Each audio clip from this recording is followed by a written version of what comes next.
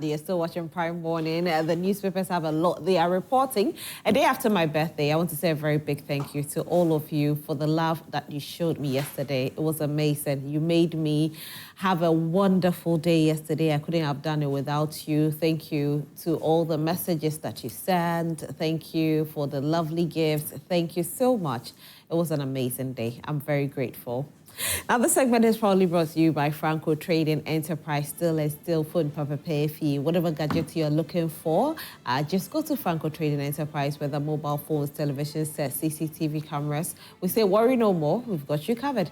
All you need to do is to download the app on your phone, which is the Franco Trading app. Or for further inquiries, visit our website, www.francotradingenterprise.com. Franco Trading Enterprise, still phone papa pay fee.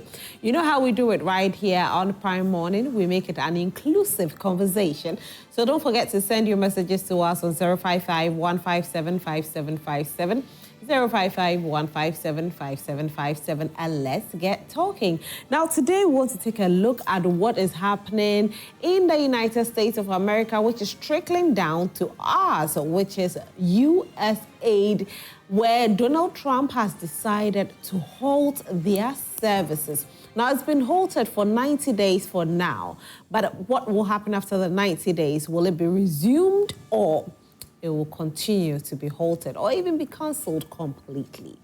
Now, we'll take a look at the ripple effects, especially in the three northern regions right here in Ghana, because we know that there's a supply of medical drugs in these regions, and for now, it has ceased. We'll talk about that. And also, we know about what happened on the 30th of January at the vetting committee, where certain chaotic attitude happened. People destroyed tables. We saw chairs being lifted onto tables. Microphones were destroyed and all, to the extent that the speaker decided to suspend 4 members of parliament. 2 days ago, the speaker lifted the suspension because the minority leader, Honorable Afenyo-Makin, went into parliament and apologized, and was backed by the majority leader. Now, yesterday, the committee decided to commence the hearing of what took place on the 30th of January. But guess what? The minority leader has asked his members not to be on that committee, and this has made the clerk decide to suspend the sitting. Now, I want to ask you, do you think the minority is doing too much, or the minority is doing the right thing because they don't have to be trickled over or walked over, as somebody will term it? Because people keep on saying they are micro-minority, and it looks like the NDC wants to bully them, and they cannot be bullied. And so they will stand their grounds and make sure that wherever they want to be heard, they will be heard. Or they're doing too much.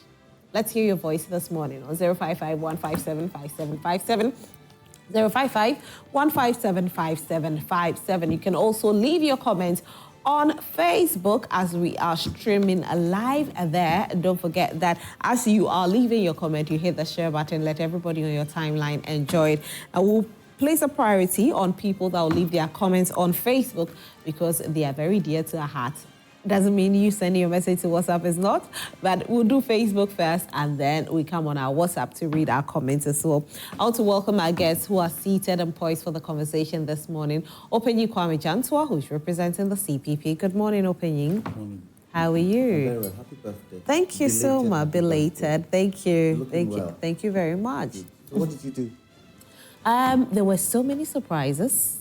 Yeah, they made me cry from morning all the way to afternoon. Can you believe it? What does that tell you? Tells me that I'm loved. Exactly. Yeah. That's the key word. Yeah. If you said anything else, out of question, but that's the key word. Yeah. You're loved. Yeah. And I hope you'll do it for others who do it for you. I do it all Because the time. that's what happens. Yeah. People do it for you, and people, Exactly. but that's what makes the world go round. Yeah. Happy belated birthday. Thank you so much. But you went to church, did you? I did. To praise God. To praise God. Yeah.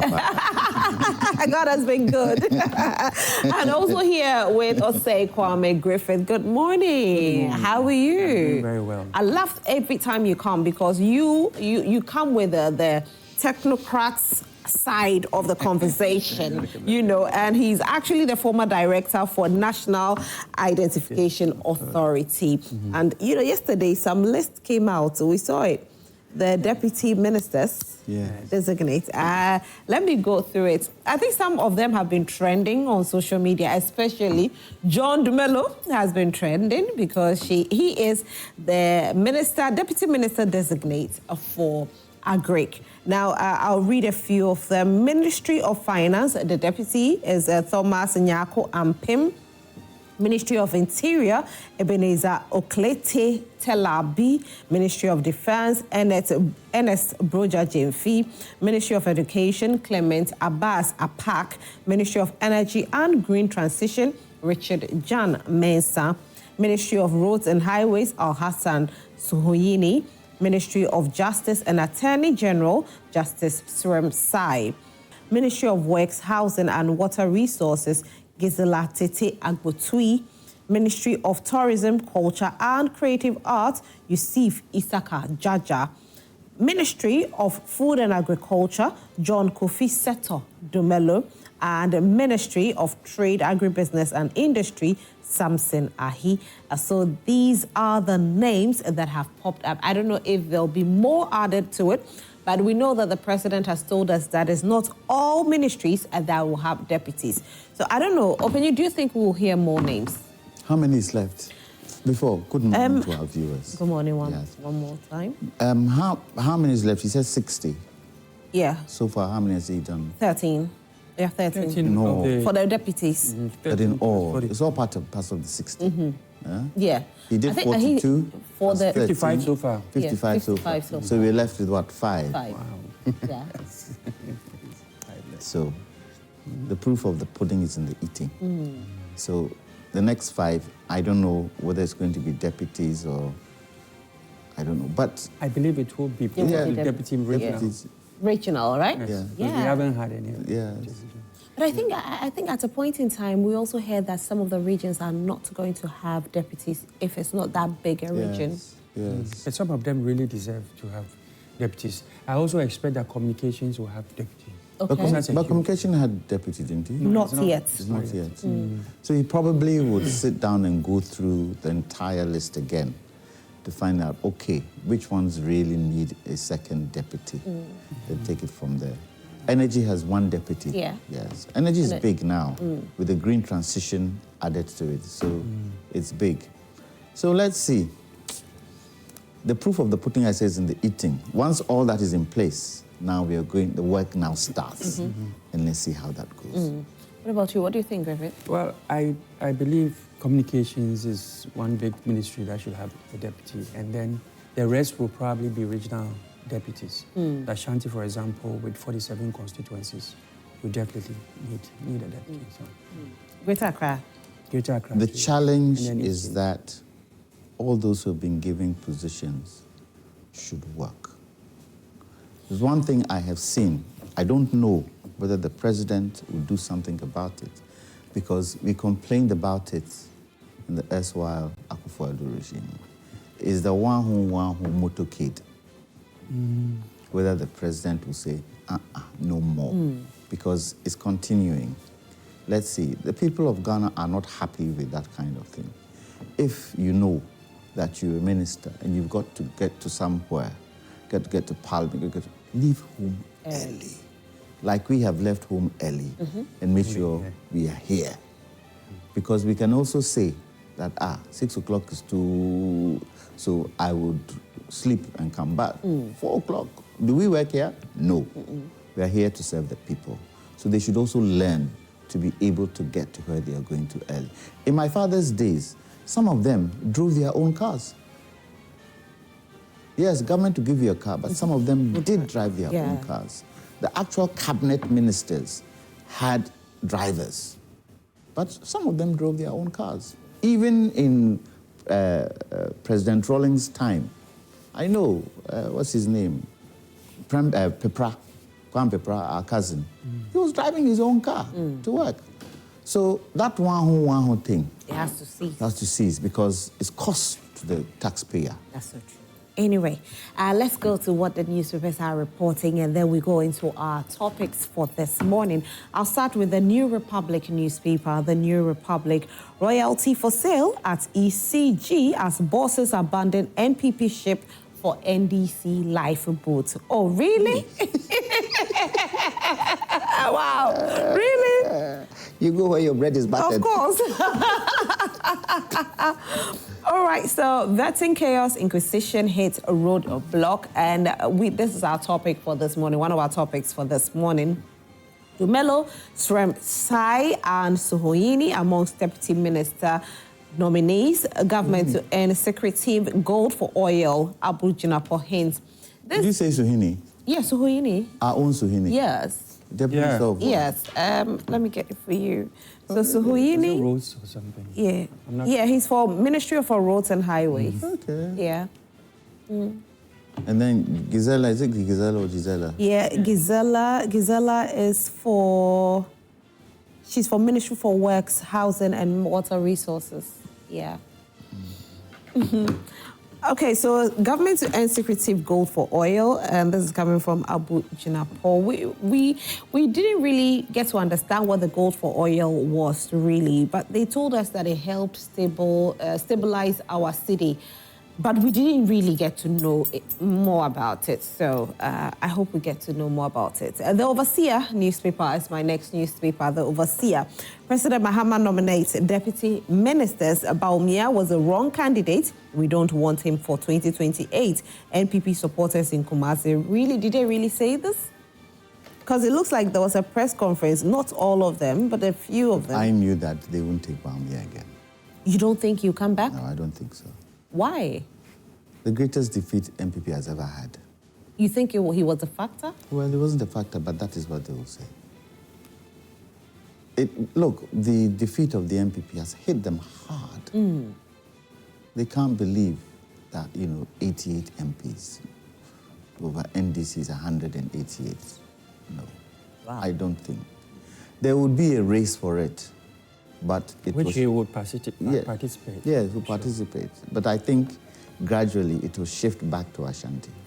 I don't think that's... when you pick a flag bearer and almost everybody, the rank and file of the party, chants the name of the flag bearer in songs and what have you, it is very difficult to overcome that.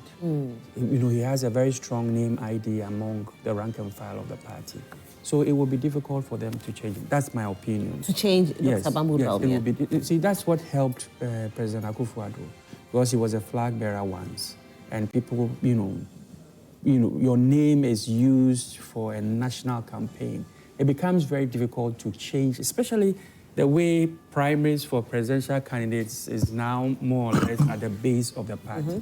It becomes a bit difficult to change. So he's going to go... That's my opinion. But you can't compare the two, because when you look at Kufuor and you look at Akufo-Addo, they were in the trenches for a long time. People knew them. People knew what they could do, compared to Dr. Baumia. Yes, the MPP might decide, but there will be a lot of contestation to change him, I'm sure. If they change who do you think I don't could be? I can't tell. All right. The MPP have a lot of stalwarts who can be... True. They have a lot. They have quite a lot of people who can be president for this country. So it's not going to be an easy fight. All right. I'll continue with the newspapers. Court overturns arrest warrant against Karen Baba Sam. Valentine's Day banned in Gosu Traditional Council. Here's why. Okay, there's a reason why, but I can't go into it. But I'm wondering why they will ban it, though. Emmanuel Enyima appointed a deputy chief executive of the Minerals Commission of Ghana. And Baumia was a wrong candidate. We don't want him. Okay, I've already read this one. All right, the Insight newspaper is my next newspaper, the Insight newspaper. Cocobot chalks on 5.37 billion Ghana cedis debt. Minister drops hints of ongoing investigations. Hey, really? Wow. All right, we'll definitely get to the bottom of this. What did they say? Cocobot chalks on 5.37 billion Ghana cedis debt. So you know, in this instance, I'm just asking myself, what happens in Cocoa Board? Because in 2017, we saw something similar where Opuni had to go to court for a very long time. Now we are seeing a change of government, and we are seeing another case, something similar to what Opuni went through. Well, You know. we don't know the details, so let's wait and see what the details are. Let me read a bit of it for you then. Says the Minister of Food and Agriculture, Eric Opoku, has revealed that the Ghana Cocoa Board is struggling under a huge debt burden, which is affecting its operations. Speaking at New York-based Edinkra Radio, the minister disclosed that Cocoa Board is set to pay a debt of 5.37 billion Ghana cedis in 2025, describing the situation as very worrying. He vowed to work hard to turn things around. But he hasn't told us the details breakdown of the debt. It could be operational debt. But why will you run? Well, you can never tell. Way? You can never tell. So for me, I would rather get the details before I comment. All right, fantastic. Let me welcome Mr. Isi. Hi, good morning, Mr. Isi. Yeah, good morning. How are you? Great. Thank you so much for coming. It's always a pleasure to be here. Fantastic. A new military strategy of French neo-colonialism in Africa, reorganizing under the cover retreat, and sacked SIC MD refuses to hand over, locks up office and bolts with keys. Oh, really? Anyway, the Ghanaian Times newspaper is the next newspaper and the final newspaper, the Ghanaian Times newspaper. New Hajj fare pegged at 62,000 Ghana cedis, down from 75,000 Ghana cedis in 2024. And I know now some of the Muslims will be happy, those who want to go for Hajj. President Mahama promises to complete Takrady Market Circle projects and give indigents quota of employment at Jamestown Harbour, Manchester. So I think that's a good call, right? That's a good call from the Manchester. I mean, in every jurisdiction, you should be able to give indigents work, because that's why we create the factories and the companies there, so that we give them jobs. So if you create the factories, the companies, and you end up bringing in foreigners, it's not fair. So I think that, but they too, when they go and work, they should work hard. You know, they give you the job and then you go and just because it's there, if you don't work hard, they'll take you out and bring a foreigner. If the foreigner can do the job, they'll do the job. Anyway, so let's go to our topic. Chaos in Parliament. On the 30th of January, there was chaos during the vetting session where some members of Parliament ended up turning tables, breaking legs of tables, breaking microphones, lifting chairs onto tables, misbehavior. Let me use that word. The Speaker of Parliament decided to suspend 4 members of Parliament. However, out of plea, he decided to lift it or overturn it, his decision. And so these members are now back to Parliament. He set up a committee to investigate into the matter. The committee started yesterday. They had their first sitting yesterday. However, they had to suspend it because the minority leader, Honorable Afenyo-Markin, decided to tell his members, that's the minority, on that committee not to be a part of the committee. It has actually made the clerk tell them to suspend it until they're able to reach a consensus and sit again, for them to have a good listening to it and then have an outcome, because Ghanaians are waiting for it. This is not even just about minority, majority. This is about Ghanaians who are waiting to hear something beneficial out of it. And we want to hear your voice this morning. Join us on our WhatsApp number 055-157-5757, 055-157-5757. Openyi Kwame Jantuah, do you think that the action from the minority leader, Honorable Afenyo-Markin, is the right one? It's their right. It's their right. It's their right to decide that they would not comply. So I would not criticize what they've done. If they feel the evidence is skewed against them, it's their right. Remember, the Privileges Committee hasn't been set up. Mm-hmm. So this is an ad hoc committee. Yes. It's an ad hoc committee.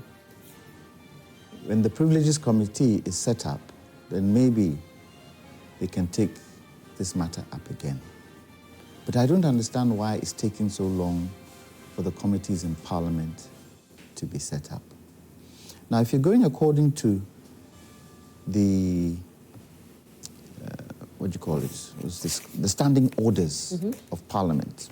Because people have said the Speaker didn't have a right to do what he did. Let me go and let me read the Standing Order 37, which the heading is Officers of Parliament in Contempt or Breach.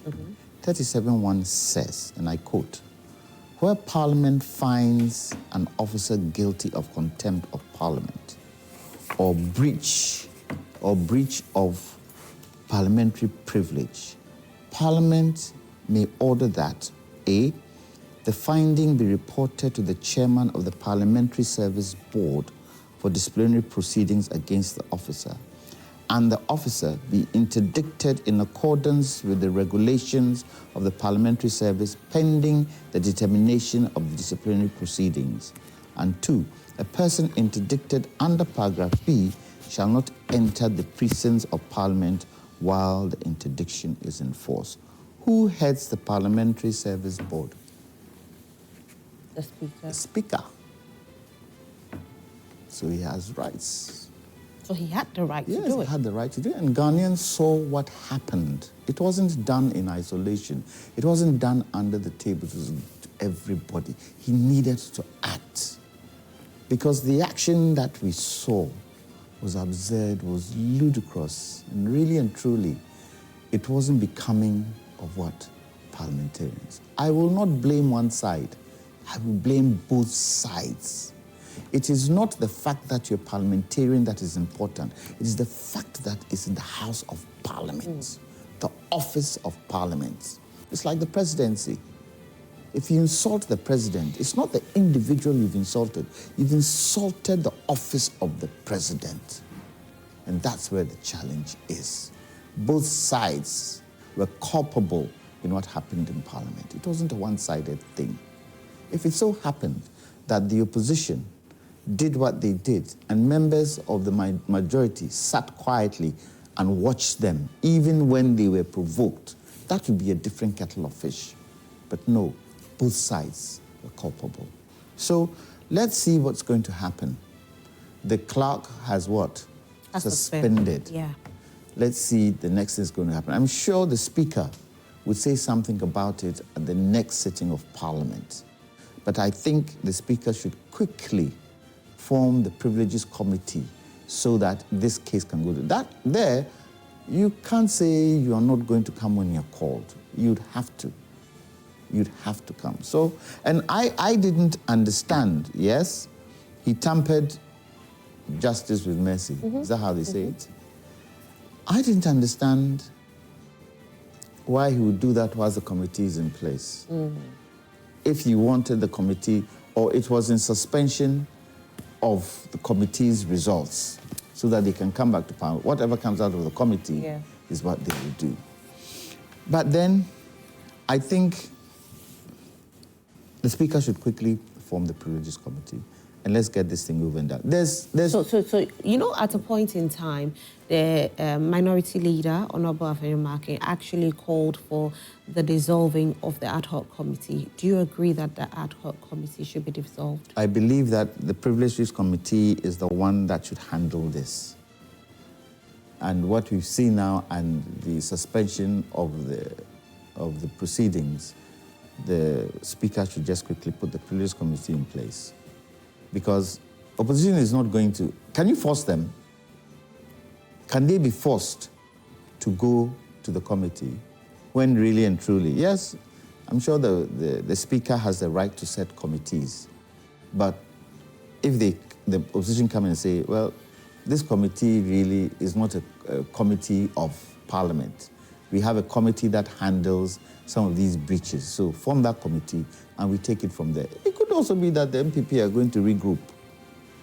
Because when you heard the evidence that was being spewed out yesterday, it was damn against the opposition. And they probably felt that we cannot do this. So let's see what happens. It's up to the Speaker to tell Ghanaians exactly what he wants to do, because Ghanaians want to know what will happen. The destruction of, you see, it's against the law. It's criminal damage. Yes, criminal damage. It's criminal damage, and I don't want to go into the law. It's criminal damage. If for any other country, the standing orders don't supersede the laws of this country, don't supersede the Constitution. If any other thing, yes, they would say parliamentary privilege, but they could be arrested by the police, destroying government property. Doesn't the parliamentary privilege supersede the law? It does, but will we do that? We won't. No, no, I got it wrong. Yeah. Parliamentary Privilege. Standing orders, it doesn't supersede the law. It doesn't. Okay. It doesn't. So at this point, it should be in consonance with the law and the Constitution. So at this point, the police can actually go in and arrest. I expected that to happen. Oh, right. I expected it to so I expected it to happen. I expected it to happen. So since it didn't happen, somebody at home would then say that we might be seeing a lot of this now, because we are not seeing, like you said, the arrest could happen. Maybe that could prevent people from doing these things. And we see honorable members in Parliament doing this that is an eyesore to even the young ones out there. Yet we are not seeing, the kind of punishment that an ordinary person, if had done that, would have gone through. Rosalind, the first question I asked when I saw this, I said, so when they go home and their teenage son or daughter, ask them, Daddy or Mommy, please ask Daddy, what happened in Parliament? What would he say? Would he say, oh, don't mind them? Is that what he said? Because there's no difference between what happened in Parliament and those who are going to parastatals to lock places up and sack people who have been hired by the previous government. There's no difference. They destroy public property. They have destroyed public property. But these are supposed to be parliamentarians of honor.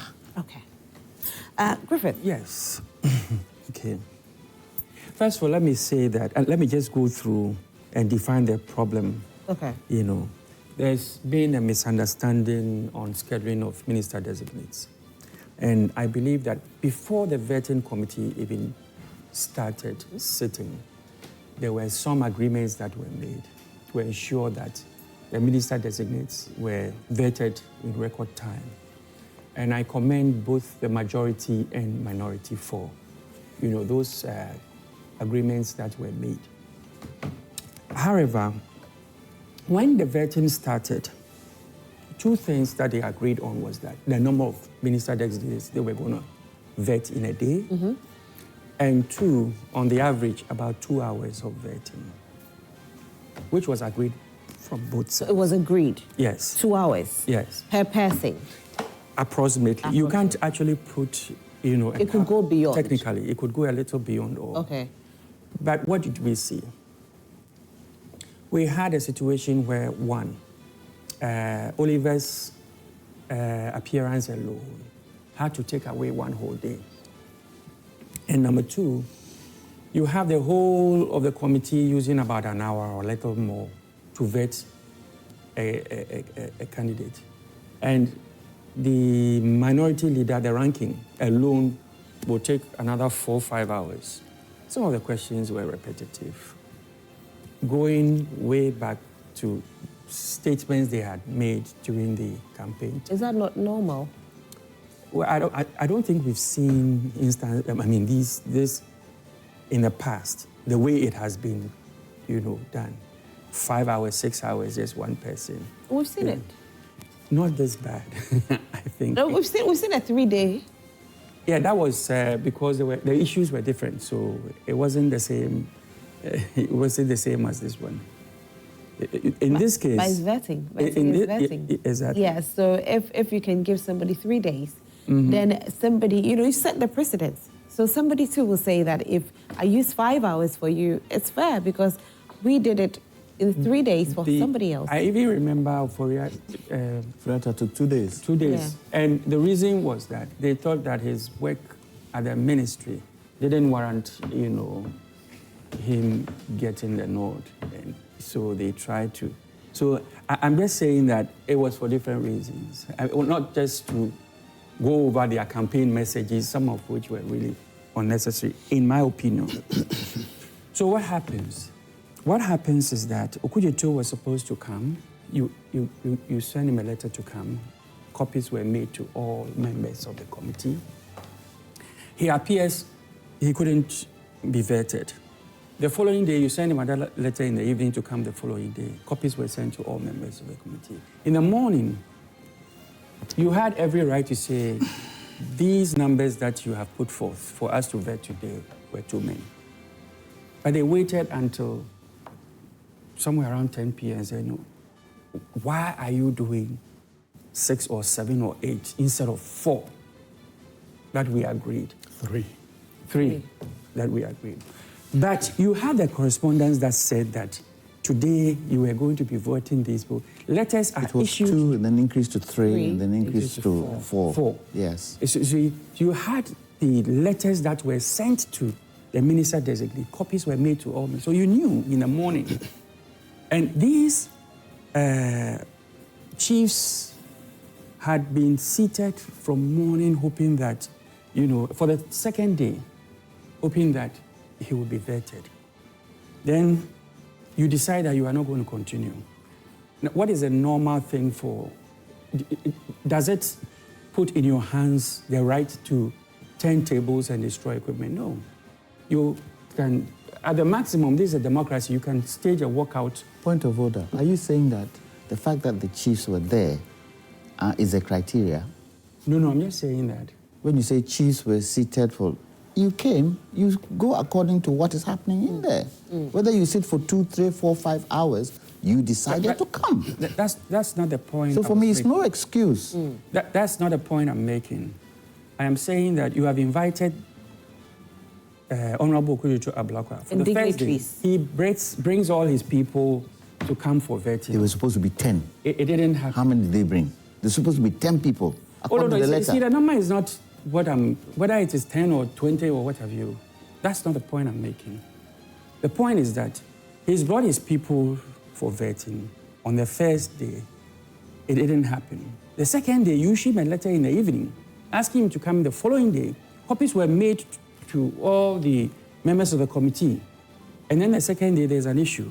Minorities say they are not going to continue with the vetting. I mean, the worst is for you to walk out with the hope that you wouldn't have quorum to continue. No, but you don't turn tables. But if they walk out, I understand you. I mean, whatever they did there was wrong, absolutely wrong. Yes. But from what they are saying, there could have been an agreement because in the beginning, it was 2. That was the agreement. The agreement was 2. Yeah. As they were sitting, then the clerk came in and said, we want to have 3, which they agreed to, the 3. Then later, the clerk came back and said, we want to increase it to 4, which they did not agree. Because even with that, when you go on social media, some of the members of parliament on the side of the NPP had actually gone on social media to say that they were not going to vet that 4th person because for them, it was not a part of the original list, and so it wasn't going to happen. And then we saw some members of parliament from the NDC side counter it and say, we will make sure that it's done. So there was a lot of issues, even behind closed doors, before this brawl happened. Yes, but they got copies of the letters that invited these people to come in for vetting? So they were aware that Okudzeto was going to appear. They were aware, but they were not in agreement. Well, so they could have voiced that out right from the get-go, instead of waiting till the evening to say that, you know what, you are not coming because, But anyway, let me just move beyond that. Yes, please. And go to, so you turn tables and, things happen, both sides participate. And the speaker says, you know what, you are suspended for 2 weeks. The minority say, speaker couldn't have done that. He doesn't have the powers to do that. The Privileges Committee is not in place, so, the minimum he could have done to put a committee together, because they haven't even had a hearing, so you couldn't have used just the tapes to judge that they were wrong and what have you. okay, his speaker has already suspended. According to the speaker, both sides plead with him to lift the suspension. He lifts it and put a committee in place. Then you come back and say, hey, we are not participating because, you know, we have the right to say we won't participate. You asked for it in the first place.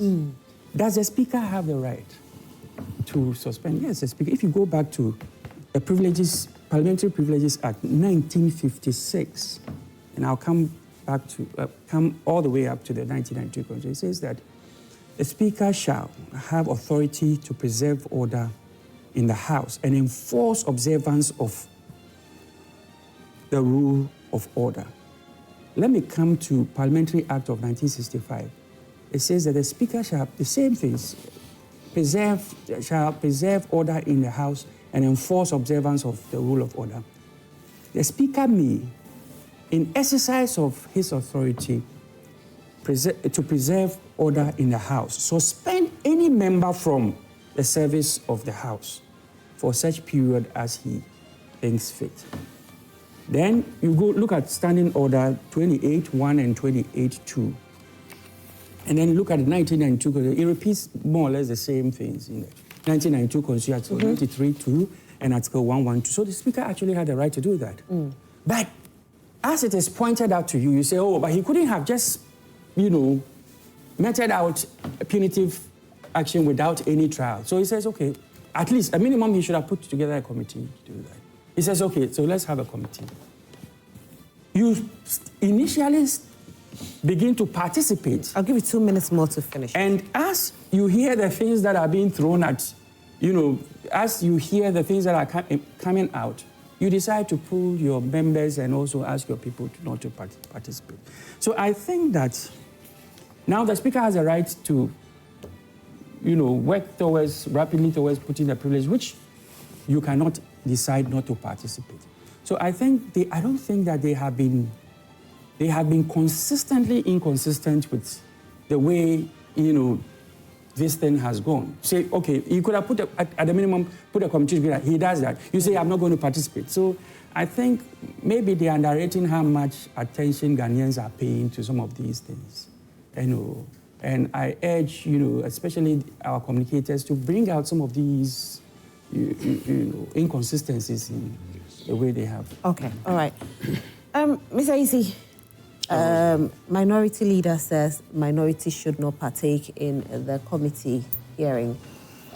Initially, they decided to partake. Then, all of a sudden, yesterday, during the hearing, they decided not to partake again. Some people feel that this stance is making the NPP unpopular because from what happened in Parliament, a lot of people were happy with some of the decisions that was taken, especially the decision that was taken by the Speaker. Some people were opposed to it, though. But there were a lot of people, especially on the streets, who were happy because they said if it had been them, it would have been worse. So with this stance from the minority, is making the minority a bit unpopular amongst the people out there. Do you agree? I disagree. Okay. Good morning. Good morning. Good morning to my colleagues, General Griffiths and Council. Good morning to our viewers. Yeah, parliamentary processes. There are immunities for members of parliament. I want to put that on record. And because if you read, is it the Constitution? Is the standing orders? So an MP on his way to parliament, you know, you cannot arrest him, so let alone on the floor of the parliament. So I don't know why they're talking police and arrest and others, because of the issues of immunity. So we need to get a clearer understanding and interpretation of that law so that we'll all be on the same level with that. And two, the minority group had done a lot of concessions for the majority, because we wanted to support the president's bid to get his government in place. Which we appreciate. Yeah, so the proper procedure is to have an advertisement of about 14 or 21 days for the public to make inputs as to whether, Rosalind, they have anything against you being gender minister or whatever. But we waived it. We brought it to about 5 days or thereabouts so that the process can continue. So these are some of the compromises that we made. 2 days, actually. And then again, 2 days. Agreements were also made, especially on that day that the incident happened. According to my whip, they agreed on 3. They agreed on 3 people were going to be vetted because they had sat the previous day long hours and hours. And then when they went in, the clerk brought in a 4th, a 5th, and a 6th. And it was about 10 to 11 p.m. And in fact, they were fatigued. And so they thought, no, we cannot continue. Initial 3, and we've increased it by 100%, and we've done it.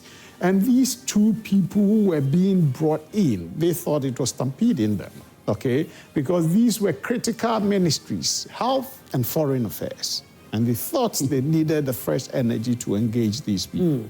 So they said no, they were not going to go. Griffith says something which is right, that they had the option of boycotting, but they felt no. They would be doing a disservice to the public, if critical ministries like health and foreign affairs, they don't sit down to scrutinize. Don't forget, in all these vetting processes, it is the minority and that's been the trend from the first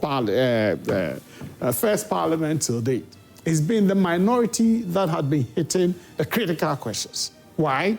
Because of our hybrid system of having members of parliament appointed as ministers. As we speak, people were still lobbying for deputy ministerial positions. You get it? And so those people will not have the boldness to be pushing, their own people appointed by their president with the critical questions. What are you trying to do? You get it? So, but what is... And they were not pushing those critical questions. What is there, obviously. I just want to know... I think yesterday yes. I did mention something that it's about time we put technocrats on these committees and not just, members of parliament, so that we can have the right questions. It looks like when it gets to the sector, the percentage is reduced. There's more concentration on past statements, which we are not saying is wrong to ask, but can we have questions based on the kind of area that they are going to manage? Is doing that. We want to hear more of that. There's a committee, relevant committee, added,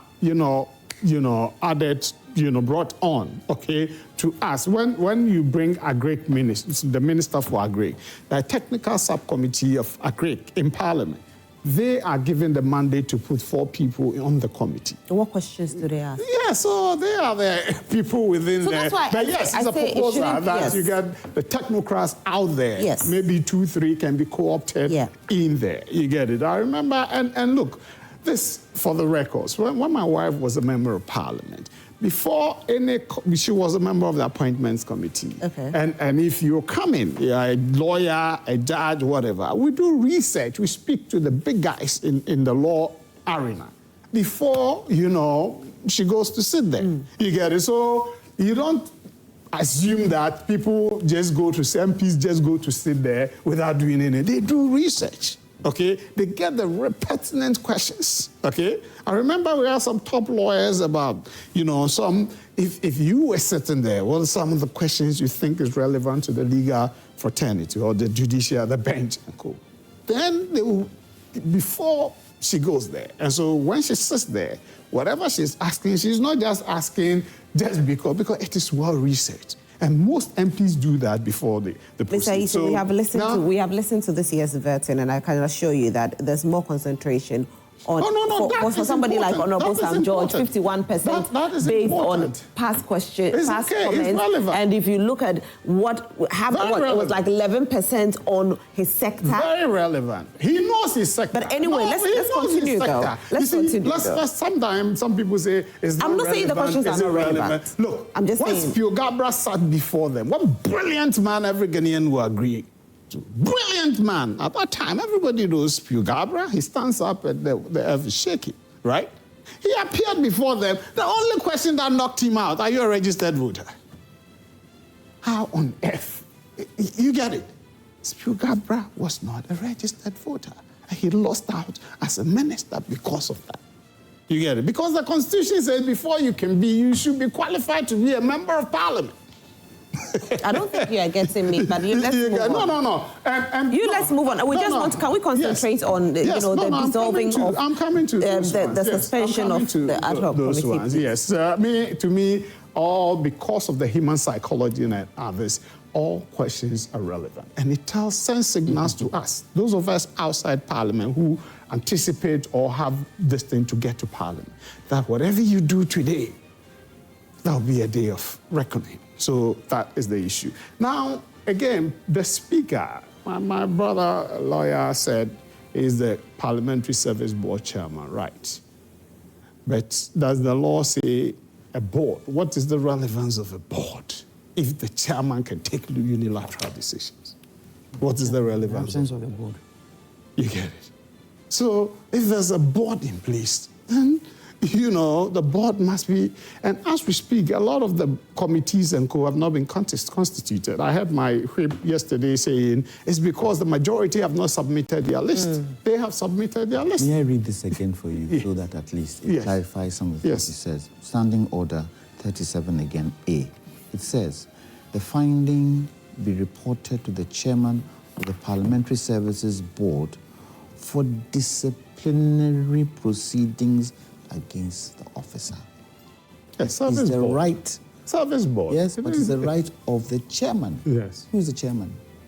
Speaker. Should be reported to him. Yes. So what findings have been reported to him before he took that decision? Well, what findings have been reported to him? The disciplinary proceeding. Please allow me to make my progress. I just want to ask you. So I want to concentrate more on the fact that the minority leader has asked the minority members on the ad hoc committee to, walk out, stage a walk out. Yes. That is what I want to concentrate on. And I'll give you 1 minute to answer the initial question that I asked you, what your take on that is. About why we are walking out? No, don't you think that this walkout, because you asked that the committee should go ahead in the past, then at a point in time, minority leader said, dissolve the ad hoc committee. Then minority went back to Parliament to apologize to the Speaker. And so these members of Parliament, 4 members of Parliament that were suspended, were brought back to Parliament. So now that, the whole sitting has commenced, the minority was there, they started with them, and they decided to stop. Yeah, we felt it's an illegality. So why go there? We coordinated with our party leadership. We had that engagement, and then after that, we felt no.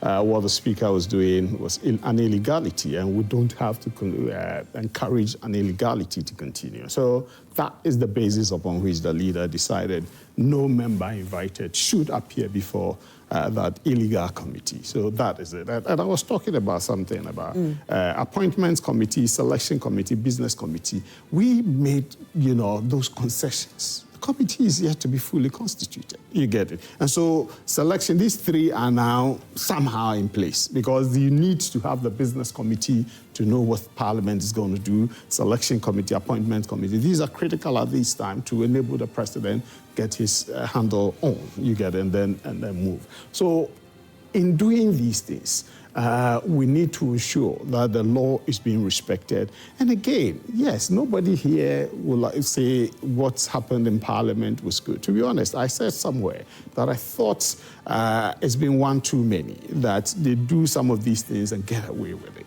I thought the Speaker deciding that, look, let's go into this matter is a good beginning, okay? But it doesn't mean you should circumvent the tenets of the law. You get it? I thought sometimes they fight and go, and we just make noise and we leave it at that, okay? And this Speaker has decided it's time we get into the details of these supposed misconduct, okay? I was touching on the reason why the boycott would have not served the purpose of, that's what I was touching on when you came in. If they had boycotted and Okudzeto and Akando were brought in, okay, critical issues wouldn't have been raised. Okay, so I thought it was critical. Yes, the process was not the best, but they needed to register that, no, We cannot allow this disrespect to continue. You agreed on 3, you pushed it to 6, and 10 p.m., 11 p.m., you still want us to go? No. We can come and continue the next day. As you said earlier, there was a minister vetted 2 days running. So what's the problem? And foreign and health ministries were critical ministries, and we needed, especially when one of them is a crusader of rights and other things, you need to put him to strict proof that, yes, what you measuring people by, do you go by the same tenets? Okay, you preach one thing and you practice another. All right, quick comment. Let's get to know those things. Is it wrong? There's no quick comments. This is your time. You can make your, Okay. yes. Is it wrong for the people to know the character of a nominee? No. I don't think it's wrong. So some of the questions might not border on the technicalities and the abilities and capacity of the person going into a particular ministry. Some of the questions may border on your own character. Because I was listening to the American vetting of RFK. And some of the questions that were asked had absolutely nothing to do with the position they wanted him to go into. And so I don't see that there's anything wrong with it. However, if the nominee then makes it clear that the things that you say or you're referring to, I did it with my own private means, then it stops there. And I refer to the question put to Honorable Sam George with regards to how he financed his education. And he indicated that it was from his own pocket. I think it should have stopped there. No. The minority No. shouldn't have gone. The minority shouldn't have gone No. further. So far as he can prove that, that is what happened. Thank you. Because what I deduced the minority leader was trying to do was to be able to show Ghanaians that all the schooling he says he went to, he didn't use government coffers. But he needed to put that question to him for him to answer. Look, when you look at Afenyo Marking, sometimes some of the questions he asks it for the benefit of the nominee, for the nominee to be able to clear himself. Some of the questions too seem to be questions of trying to, what's the word I'm looking for? No, trying to clear scores. Because settle scores. Yeah, settle scores. Because the one that he asked where President Akufo-Addo was concerned, I didn't think was necessary. With the Chief Justice? Yeah, none, because they went there. It was comments that were made. That is what he believed in at the time he said it. Leave it there. President Akufo-Addo is no more president. So what are you trying to clear? What has been said has been said. The effect and impact of it has taken place. Leave it and let's move on. So there's certain questions that I feel, look, it gets to a point, just stop it and then move on. Because it's time, isn't it? Some of you believe that, oh, visitors have come, I don't believe that. The fact that visitors are sitting there, if I want to ask, and he has the right to ask unnumbered questions. It is his right as minority. It is his right as ranking to be able to ask so many questions. That can go in 2 days. Like we said, Ofriatta was 2 days. The people that came there, did they wait or did they go? If you're sitting there and you feel time is catching you, you get up and leave. It doesn't stop the proceedings of vetting going on. So for me, that is neither here nor there. Okay, Griffith? Well, I actually disagree with, what my brother said. I think the questions that were asked, the part that was not too relevant to the job that he was going to do was a bit too much, because it was more than the relevant questions. We are in the era of artificial intelligence. Did you hear anybody ask any question? We are in generative AI now. There's serious research going into general. Well, he said he was going to make Ghana the AI hub of Africa. He mentioned. But, I thought they would be, because there are incubators set up all over the world with serious programs. I don't think we have had anything like that yet in this country. In fact, I can't think of any developed country now that does not have incubators set up with a lot of young minds, who are funded, fed. They don't go anywhere, stay and just delve into research in AI, you know. Griffith, sorry, I know a company in Ghana, local company, who is heavily into AI, heavily. They've even been able to do software, local software, to handle Ghanaian in AI. They are there. It's not as if they are not. That's important.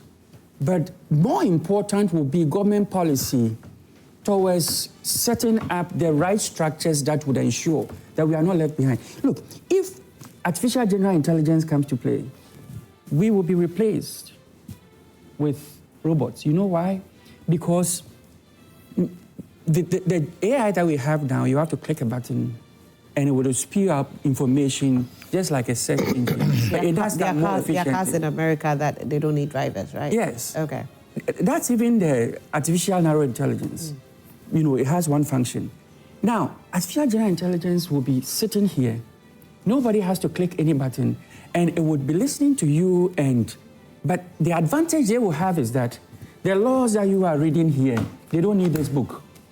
They can pick it up and just spew it out. And nobody is controlling anything. So it will be such a revolution that would take you, you know, just like I said about 20 years ago that, look, identity management, banking, and communication, technology is squeezing them together. If you don't see this coming, you'll be left behind if you are a bank or a telco. Look at what mobile money now is doing.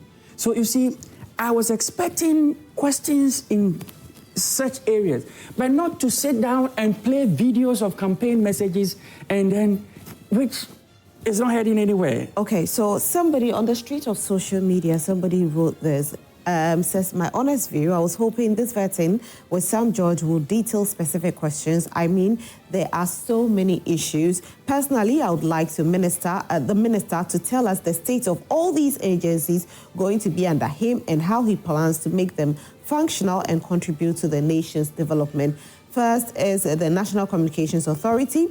Second, National Information Technology Agency, the Cybersecurity Authority, Ghana Investment Fund for Electronic Communications, Data Protection Commission, Digital Accra Center, Ghana Post Company Limited, Ghana Meteorological Agency, Ghana India Kofi Annan Center of Excellence in ICT, Ghana Domain Name Registry, Postal and Courier Services Regulatory Commission. And then he further says, don't be shocked. The minister is responsible for all these agencies. And if you think the Communications Ministry is a playground for trivial questions and unnecessary questions, then think twice. I can hit my chest and say boldly, nobody on that table there knows about surcharge for international incoming traffic and its impact on consumer rates of foreign calls coming into Ghana. Nobody knows about Kelny GVG making $1.4 million monthly for a contract where they are not finding anything but they are being paid for just being there since 2018. Nobody's asking. It's a lie. So I'm saying that's why I say it's on the street of social media. I'm coming. So, like, you see, this is the thing. Or NIA. So private partner making $4 million a month. As he sat there, these questions should have been asked. No. As he sat there, because he's going to be the minister for this sector. Yeah. So these are the questions that probably people out there want to hear. Yeah. He also says that we have simply reduced a sensitive industry into the trivial questions. Do you stand by the comments you made? Would you apologize for the comment? Does your wife pay taxes or money or gifts? And we are playing and choosing sides instead of asking these technical questions. And for some reason, none of these questions were asked. And when we said that the economy is not doing too well and Biomia is now hiding under digitalization, they said that, hey, that is the future now. That is what is going to drive the economy. You get the opportunity to have the minister designate, and then you're asking questions that, you know, whether he was fair to the Chief Justice. Meanwhile, the Chief Justice has an outfit that she can use to respond to some of these things on her own. And the number of hours that you spend on these questions is the problem. Not that you can't ask, but a number of hours, and it seems to be, you know, taking more than 50% of the time of the minister designate sitting there You know, I don't know if anybody has done that calculation. That's the calculation. They had 51% on these questions. That's more hours on these questions than the questions that are actually, you know, geared towards the success of him as a minister in a sector that he's supposed to be running. All right. And I think that's not right. No, I disagree. I hold a different I would view. be surprised I if was you one wouldn't. person who thought some job, when he said he needed 4.5 hours to respond to certain angle, they should have given him that 4.5 hours. It's a matter of integrity. Yeah, agree. Please. Look, vetting is an interview and call. He is an IT expert. He knows it. It's not just about, The you know. technicalities of it. No, Yeah. because when companies employ, they know they will train you on the job. So they are not going to go, they know you don't know much about what they do. So they are going to train you when you come there. But they want to know whether, one, you have the capacity, you have the integrity, The ability. the ability to be able to fit into their space. Okay, that is why they do interviews and vetting and co. So a minister is supposed to learn on the job? Why not? He has technocrats. He's going to work with, he is an IT person. So he will be briefing Sam George on matters in IT.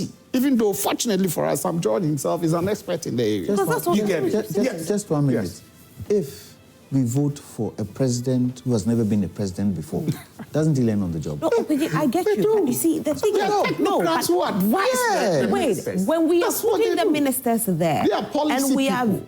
Ministers are for fair enough, policies. but if they don't understand the space and they put them there, are we not going to end up seeing failure at the end of the No. day? There's a new He's president, not president George- who has Sam never George been a is- president Yes, before he's an goes in there. He's an expert. Isn't he in advised? the field. Yes. Has he ever been Sam president George, before? yes. Does he know what it takes to be president? He doesn't. No. I think it is You important. need to have the support. Yes. But they need to The understand that technocrats. space. Oh, you get don't it. they? No, you must have You have idea. the idea. Before, once they name you, you should go find out. You were right. The things the guy wrote, all of them are relevant. But I'm saying they know about it. You know, he says they don't know about Kelly. I know about Kelly and other things, what they do. Sam George knows it. All the people there, they know it. You get it. But it's unfortunate they didn't, you know, raise those issues. That's what I'm saying. There are technocrats who will be briefing them as they go. When they get to office, they'll be briefed and co. You get it. So those are matters that we look at. Integrity and co. Some people ask that, oh, why? The guy was talking about Freemason and co. to the defense minister and all that. That's a sharp guy. There are certain groups that you belong to, that there are certain things they're not allowed to get involved in.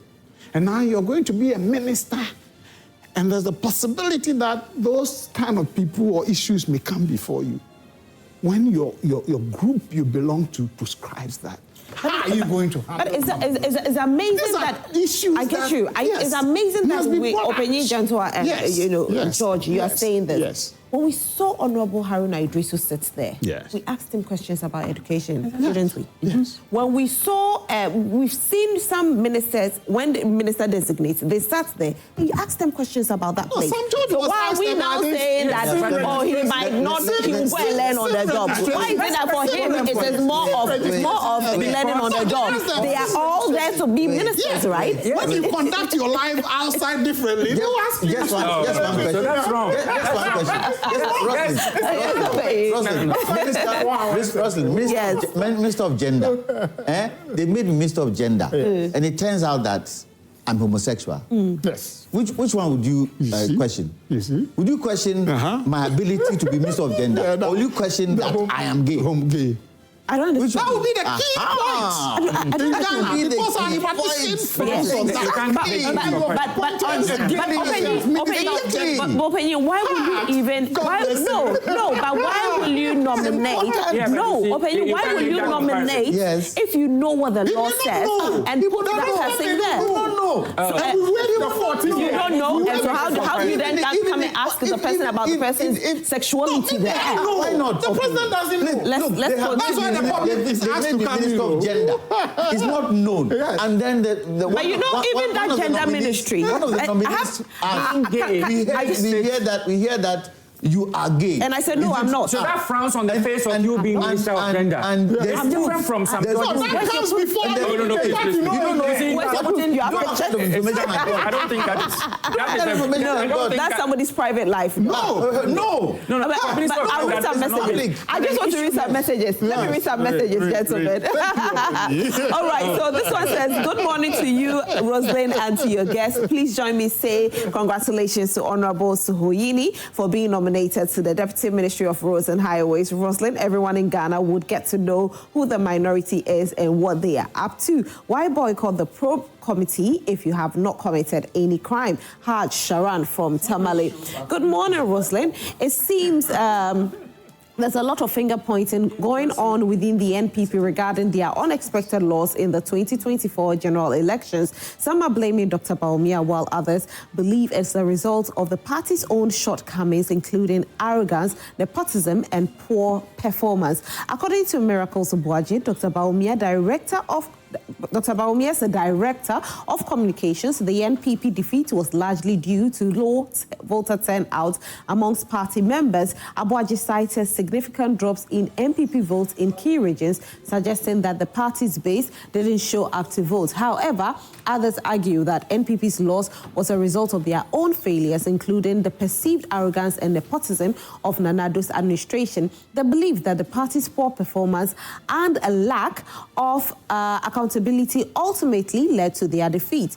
It's interesting to note that Dr. Bawumia's campaign team doesn't think the NDC's victory was outright, suggesting that the NPP essentially handed them the elections due to their low turnout. Regardless of who's to blame, let's clear that the NPP needs to do some soul-searching and regrouping of if they want to bounce back in future elections. From Timothy. All right, fantastic.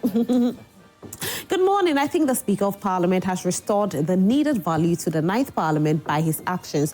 The suspension of 4 MPs and subsequent lifting of punishment was timely to the administration of all and sundry, both locally and internationally. These are the types of leaders we need these days. I would like to appeal to other leaders to emulate the good example set by the Speaker.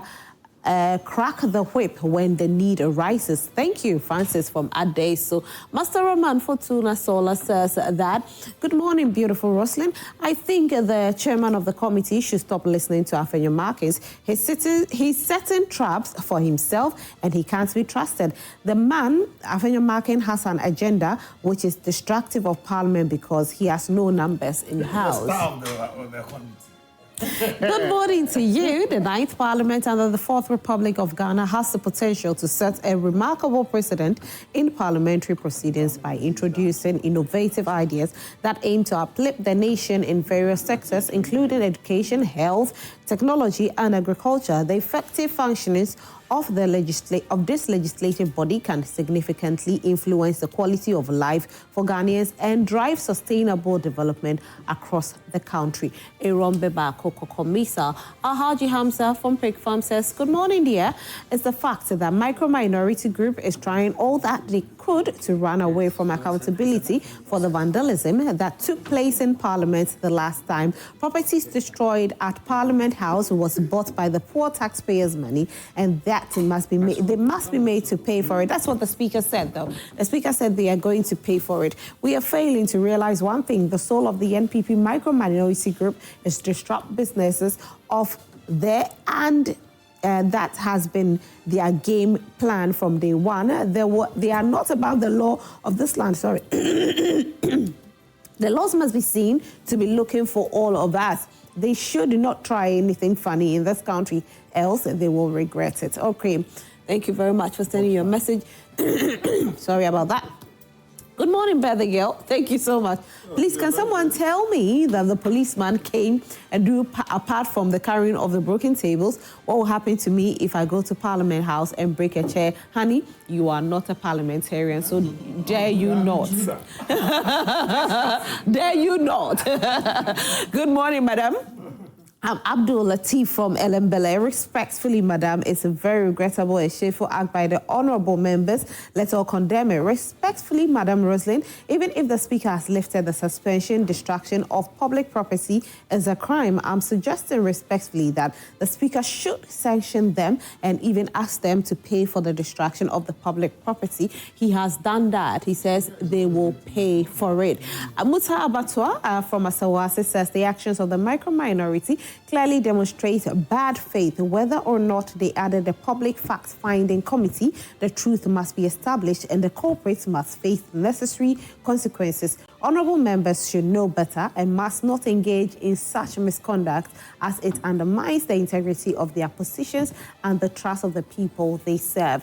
Ghana deserves better. Good morning, Roslyn. Please help me remind Mr. President Mahama that Honourable Isaac Adongo cannot be left out in his administration for his hard work over the years. Okay, some of us were expecting him to be the Deputy Minister for Finance, but that has not been the case. Mr. President, where are you sending him to serve Mother Ghana with his vast experience? Stephen Opoku from Michelle Camp. Okay, so it looks like it has even come here. Now people are trying to, you know,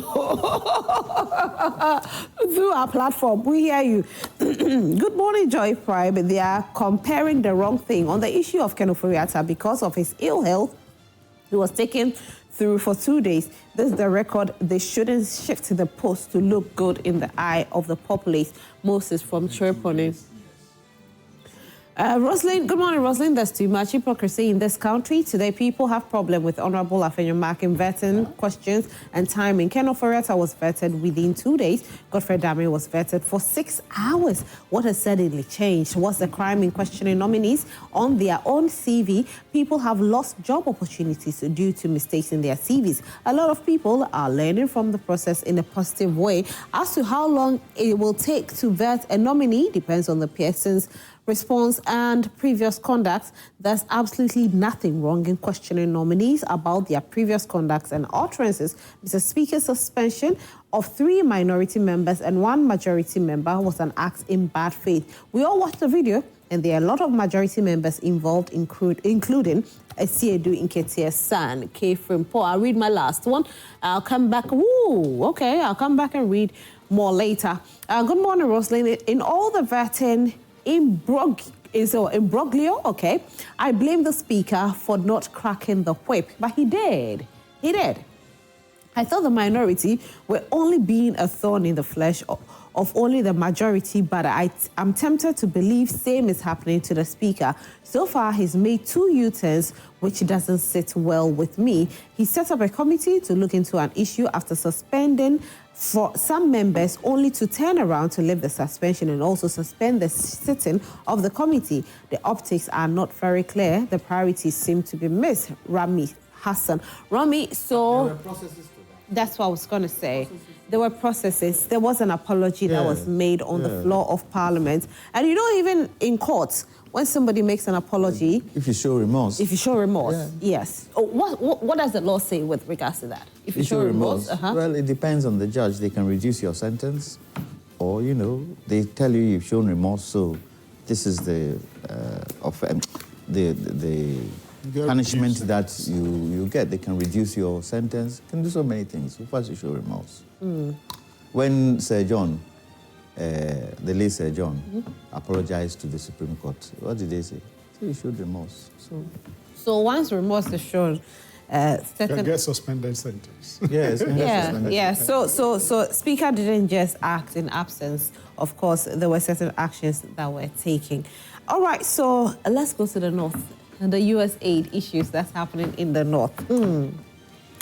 So 3 northern regions in Ghana actually do depend heavily on U.S. aid for certain drugs. Now, U.S. aid has decided to suspend the sending of the drugs to the north. Not just to the north, but even their whole services. It's supposed to last for 90 days. But then the question is, what happens after 90 days? And even within the 90 days, what will happen to these people? It looks as though Africans have depended on the West for too long. And out of that, we haven't been able to build our own. Now, we have to face the consequences. Open Kwame Jantuah, I have to start this with you again. Again, because you started the other one. I mean, when I read this, in fact, 2 days ago, when I heard about Donald Trump telling US aid to put a halt to their services, I was surprised. And then we had, what's the owner of X, what's his name? Elon Musk. That's where Elon it's Musk. from. Yes. He went to, he shut all offices. Yes, he shut all offices of US aid, and even the workers didn't even know they couldn't go to work. So some of them got to their office premises and got to know that their offices had been shut. Those who were working from home, their software had been collapsed. And so it's not even the workers knew anything about it. They didn't know, it was abrupt. And now we have to face the consequences. We'll take a look at what's happening in the 3 northern regions, heavily dependent on medicines that come through the aid of US aid. And now it's been suspended. You corrected yourself. I was going to correct you. It wasn't US aid that decided to stop the supply, but it was Donald Trump. It was Donald Trump. Who has decided that US aid needs to be reinstituted in a certain way. Well, he said 90 days. 90 days. The challenge there is that Elon Musk is not an elected representative of anything, but he seems to be rampaging through the White House as if it's his, and it's affecting us. Yes. You see, and this, yes, it's true. It's affecting us. It's affecting us. The man has... He doesn't have... Trump should be able to have control, because some of the things Elon Musk is doing, Trump himself even doesn't know. How can he get a 25-year-old to handle the codes of the federal government? That goes into people's pensions, people's salaries, people's whatever. It is wrong, absolutely wrong. That should stop. And it's affecting us. But who is to blame? We. It's like, as I always say, it's like the Ministry of Trade and Industry. That particular ministry should be halved. Industry on its own, trade on its own. Why? Because when ministers come in, it's easy to do trade, difficult to do industry. It's easy to do trade because of corruption and all that kind of stuff. Easy. And so you won't concentrate on developing your own. Ghana at the present moment, when you look at our pharmaceutical industries, and remember, the Commander Sugar Factory was done because of pharmacists, because of the pharmaceutical industry, because of the quantum of sugar that they import to do their drugs. And don't you think if we sat down and looked at the type of medicines that are required in this country, we could have by now, how many years? 30 years. Could have done something about it. Yeah, there's some drugs that are quite sensitive that we don't have the ability and wherewithal to do. But there are some drugs we can do. Right now, when our people, especially in the north, get cerebrospinal meningitis, where do we get the drugs from? Do we not import it? I had meningitis when I was in Form 2. They had to import the drug from Abuchi to come and save my life. Why? What was that? Form 2. Nearly, 50 years ago, we still import drugs for cerebrospinal meningitis. It's wrong. These are some of the questions we need to ask government. And this is where government needs to work with the private sector. Be deliberate. You've got to be deliberate about it. Now, America says we should jump. We are asking how high. How high? And they say we should sit, how low? People are going to die because of the essential drugs that we need. Yes, I do agree. We need to reset the economy, but we need to reset the economy in a way that Ghanaians benefit. Certain parts of our economy are very important.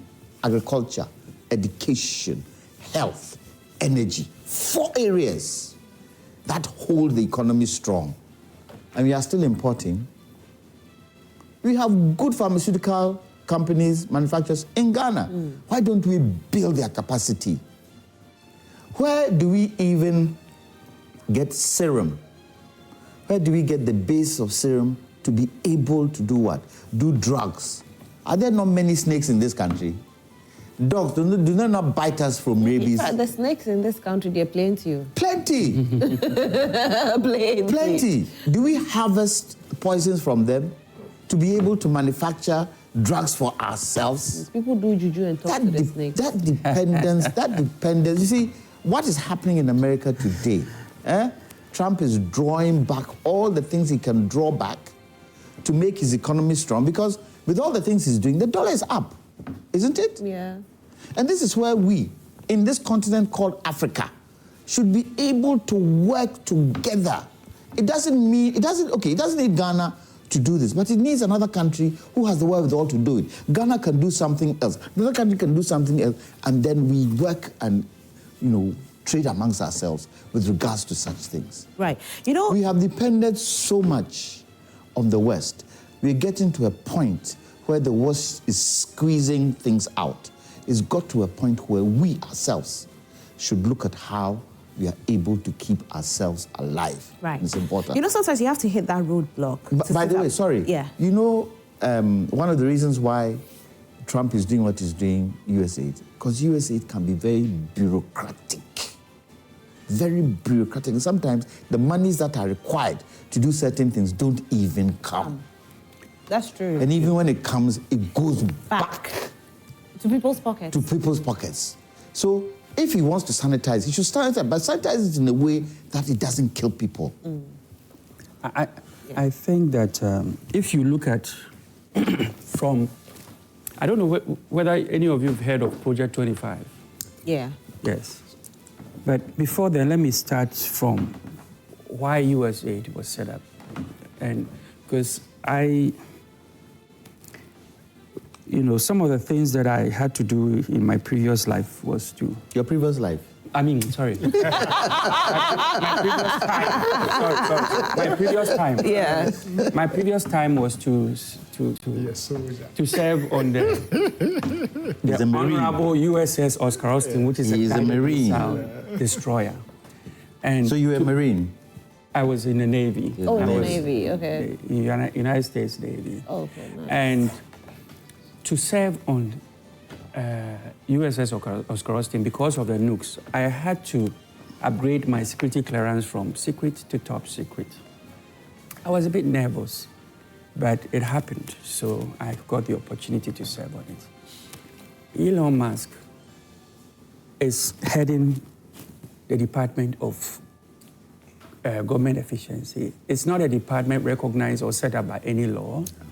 He himself and the people who have access to all the various entry codes of USAID have not been cleared by anybody. They don't even have secret clearance.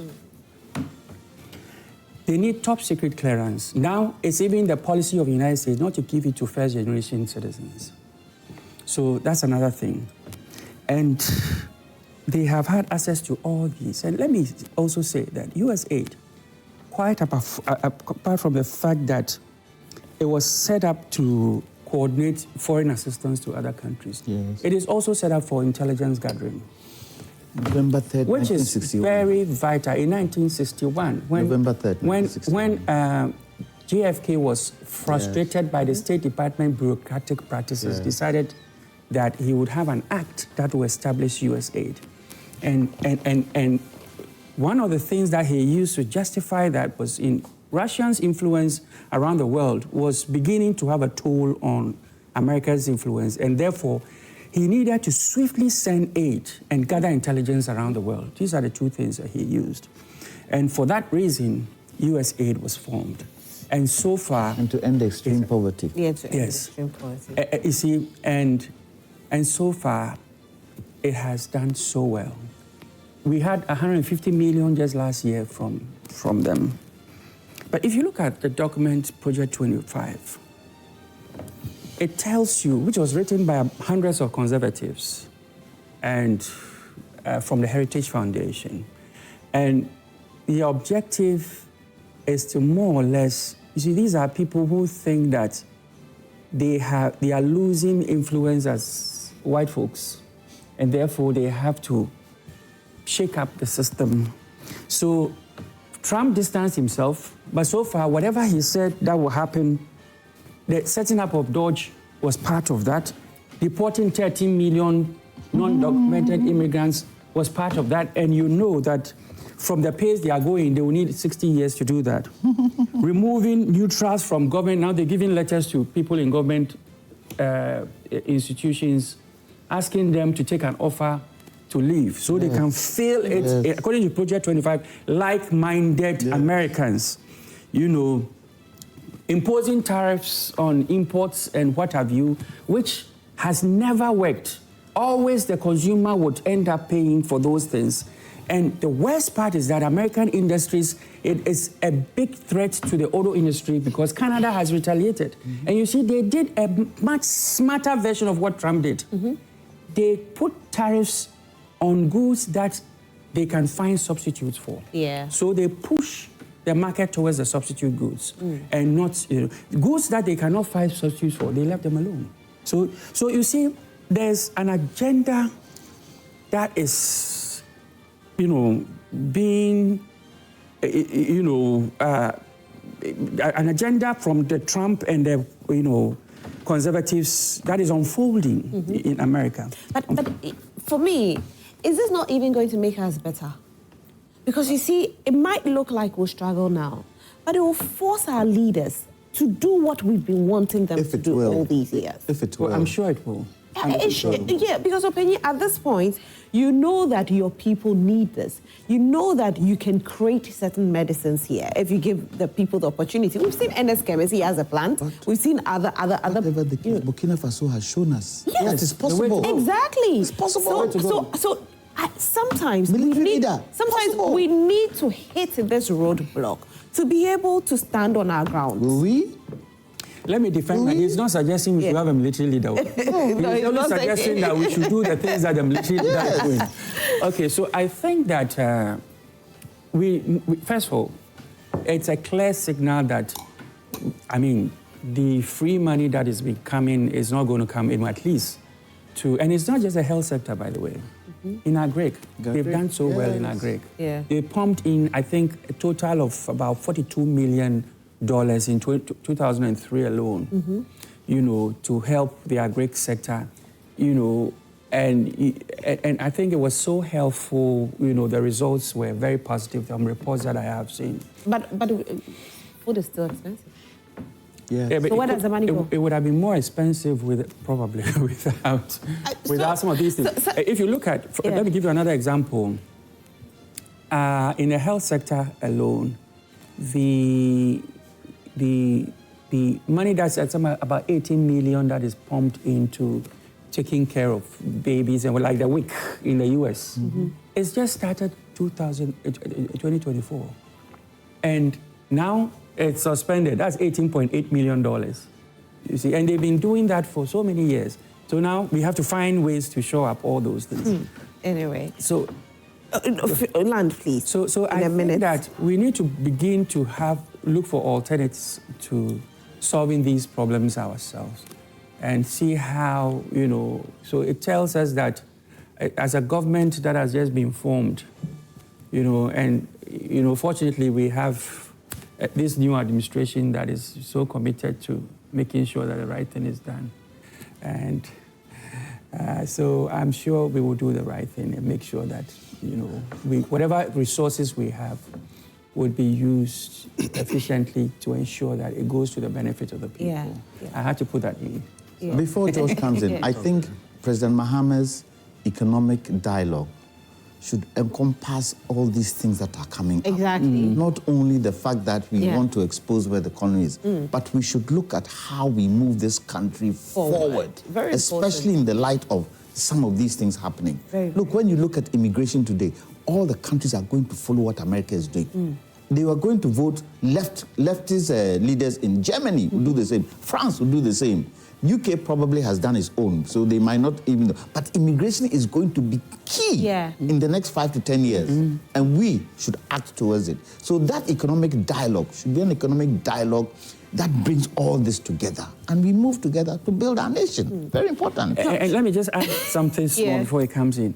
And you see, in the economic dialogue, we need to not just look at what has happened from U.S., to U.S. aid, but also all other aids that are coming from the rest of the world.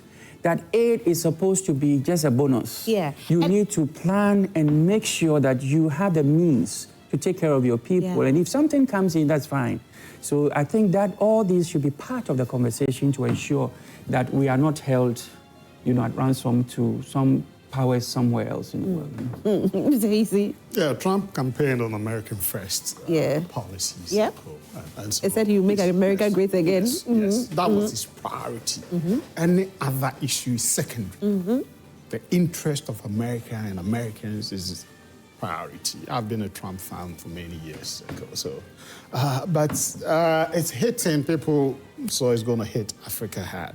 I think he said he's But it will hit America. It will World Health Organization as well. Yes. Yes. And so the Paris climate Paris Club, he's pulled out already. I think that he signed all those things already. He relented on one of them. Okay. Not that Relented on one of them. No, the climate you one. see, but the climate issue issue. is, Yes. Rosalind, if you've been to the northern part of our country, these agencies, UN agencies, are supporting them a lot in that's poverty alleviation. Okay, it's so with this, and as you said, by the time you wake up, you think you are going online to begin your work from home, and then the system is shut and you cannot have access, and the effect it's going to have on our people. It's going to be difficult. But the good news is that, and you have said it, my earlier speakers have said it, we have a government that came into office with a 24-hour policy. Just like Americans saying American first.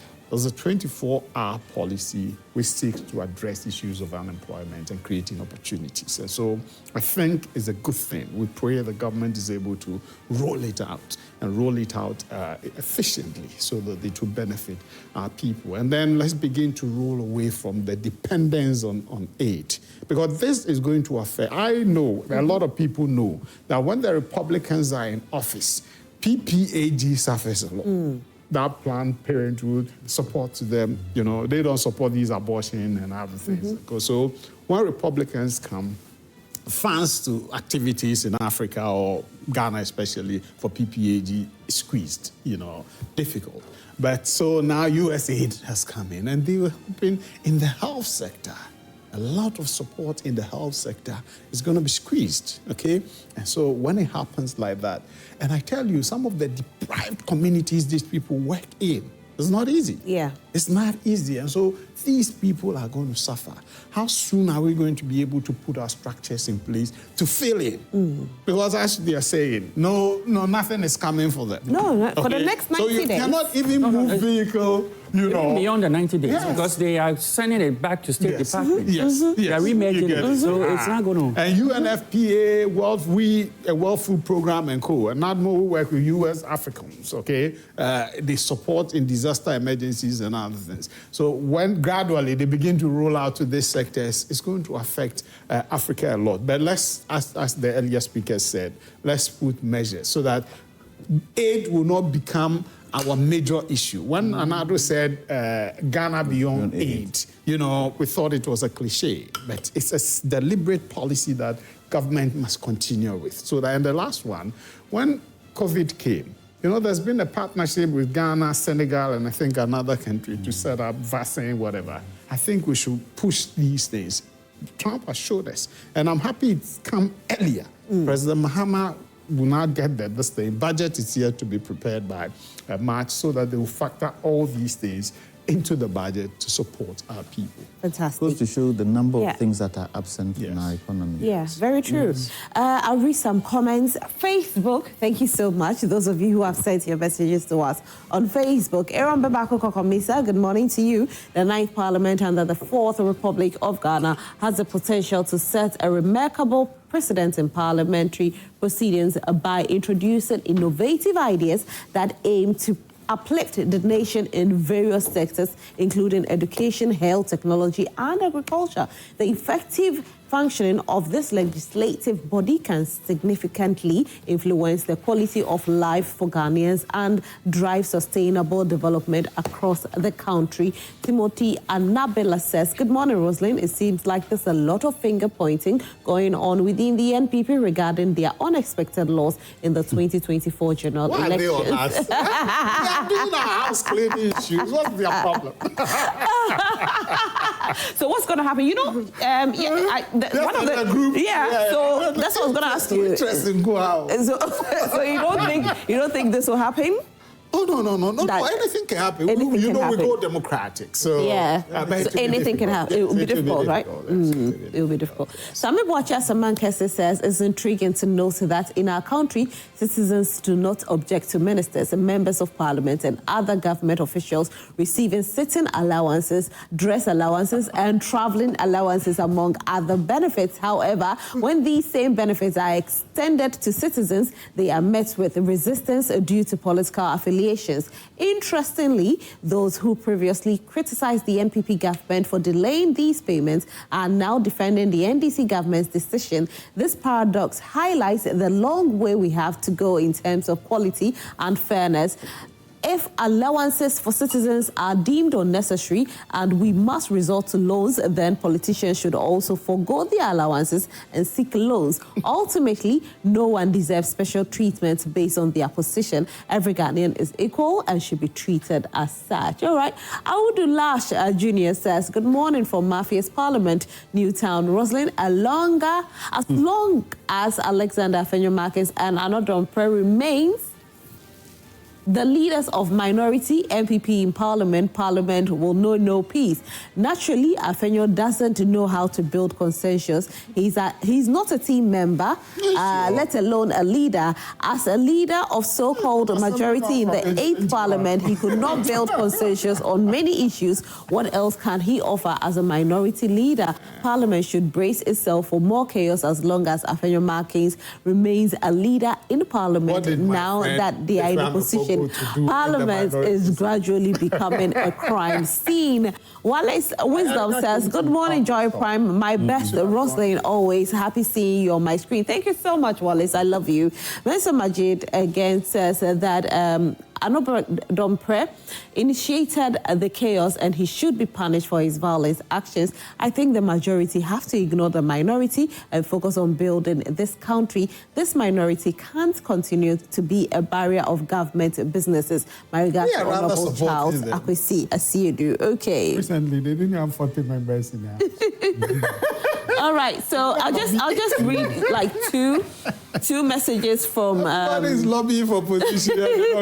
From WhatsApp. Good morning, Rosalind. When diminishing returns set in a party that has lost relevance, the outcome is always what we saw in the elections and are seeing in Parliament now.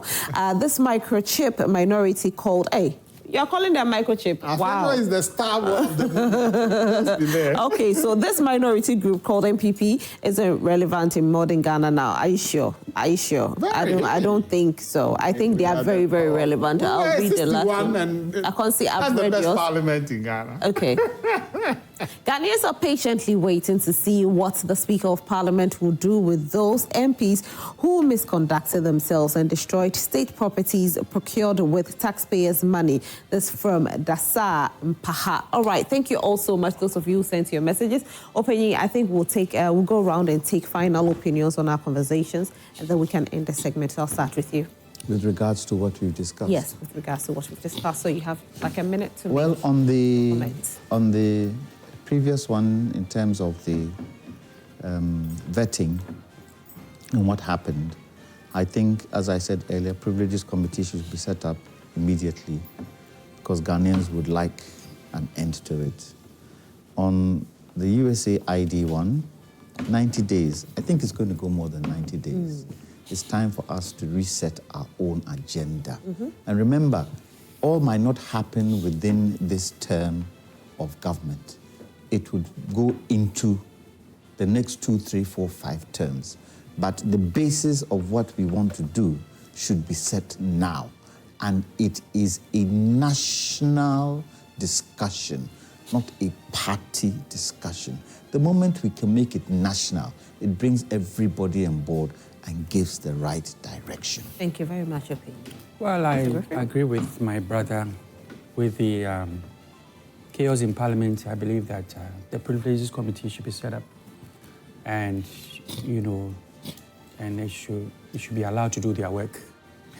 And not only that, I think that we should see some, punishment for those who went wayward, to serve as a deterrent for future. 2020 didn't serve as a deterrent. Well, because maybe not much was done.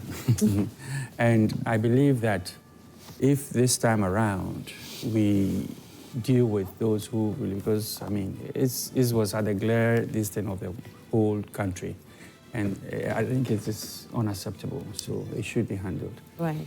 We need to take our destiny into our own hands. We need to begin to understand that, that whatever aid that comes from any part of the world, not just U.S., is just a bonus. And we need to have within our own means, within our own self, the means to take care of these critical programs that these aids are pumping money into.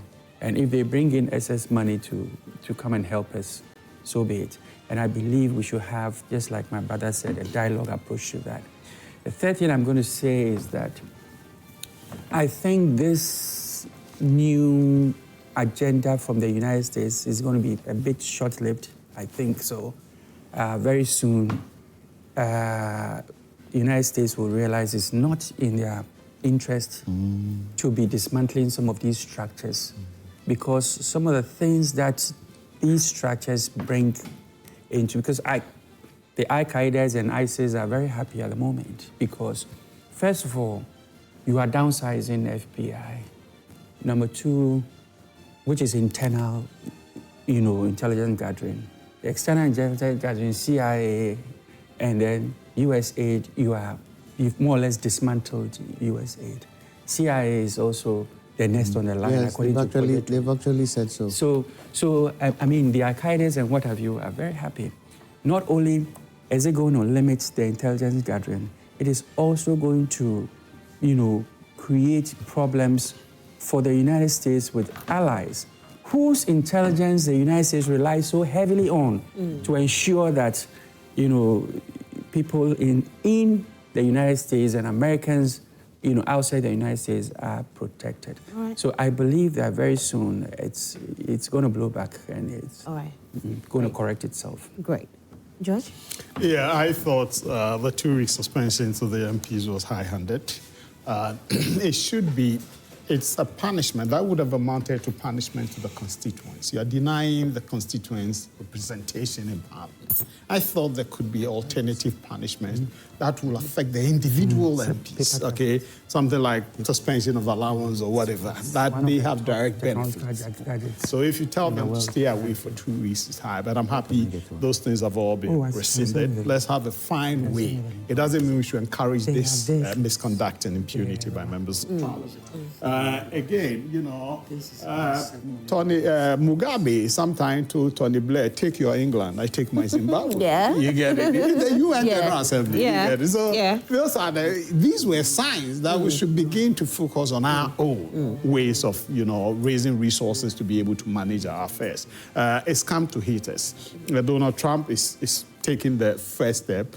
And this is just the beginning. There are a lot of things that could happen. Yeah. And Openi Kwame has said it. And so let's brace ourselves and begin to tilt our policies towards benefiting our people, especially those in the rural communities, okay? Right. Industrialization, Ghana Beyond Aid, the tourism sector. Yeah. Let's focus on that, please, to raise with. The last one, every year audit report of slippages in our revenues. Let's begin to focus on that, how to bring it down that those resources can be rechanneled to support some of these. Okay, fantastic. Thank you so much, Mr. Isi. George, AC represented the NPP this morning, and Mr. Griffith represented the NDC, and Honorable and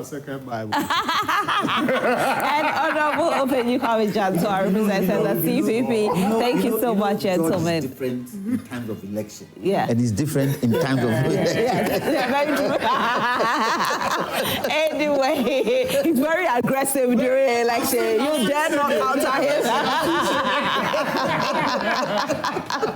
He's now calm, very calm. Anyway, so this all time will permit us for the news flash segment. I want to say a very big thank you to Franco Trading Enterprise for always having our back. Now, Franco Trading Enterprise sells a very authentic gadgets. So whatever gadgets you are looking for, whether mobile phones, television sets, CCTV cameras, just make sure that you go to Franco Trading Enterprise and get yours. And if you want things very simple, download the app on your phone, which is Franco Trading app. So that's the name for the app, Franco Trading app. For further inquiries, visit our website, www.francotradingenterprise.com. Franco Trading Enterprise, still and still food, Papa Perfy. Now, this Valentine, I'm receiving a lot of messages from our interview we had. Thank you. Yesterday was my birthday, so I'll be taking my birthday present today. So I've been receiving a lot of... just salivating. Hey, God. Speak for yourself. Speak for yourself. I'm not here.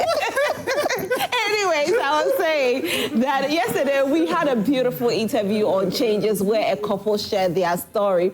Now, this couple is hoping to become one of the lucky couples that will get to spend a weekend stay at the Plush Hotel, that's the Western Serene Hotel in Takoradi. Now, if you want to be one of the lucky couples, send your pictures to us. So beautiful pictures of yourself and your spouse, and also your love story, to our WhatsApp number 055-157-5757, 055-157-5757. 3 lucky couples will be selected to spend a weekend stay at the Plush Hotel, that's the Western Serene Hotel in Takoradi, is at a beachfront. Open, you slept there before, right? What George doesn't know is that it's an advantage to be married to a Santa Claus. Yes.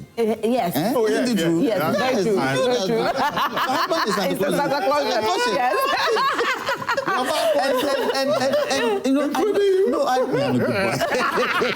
All right, so we'll have to leave at this time. Thank you all so much for watching the show. Up next is sports, and then we'll have trends coming your way. And today is relationship as well, which you don't want to miss out on it. So stay glued to your television set. But I want to take this opportunity to give a special thanks to the whole team here at Multimedia. Yesterday, you made me have a wonderful day. It was so great. I just couldn't believe it. I mean, I walked in, you know, they played my song that I asked for, which was Satisfy Me by Joe Metto. And after that, you know, during the big interview segment, they came in with cake, flowers. Wow. You know, yesterday was good. So I'm so grateful. Thank you so much. Yeah. I love you all so much. You're God sent. We have to go now. So I'll maybe tomorrow if I come, I'll thank you people till the month end. That's how grateful I am. I will be right back after this. Do stay with us.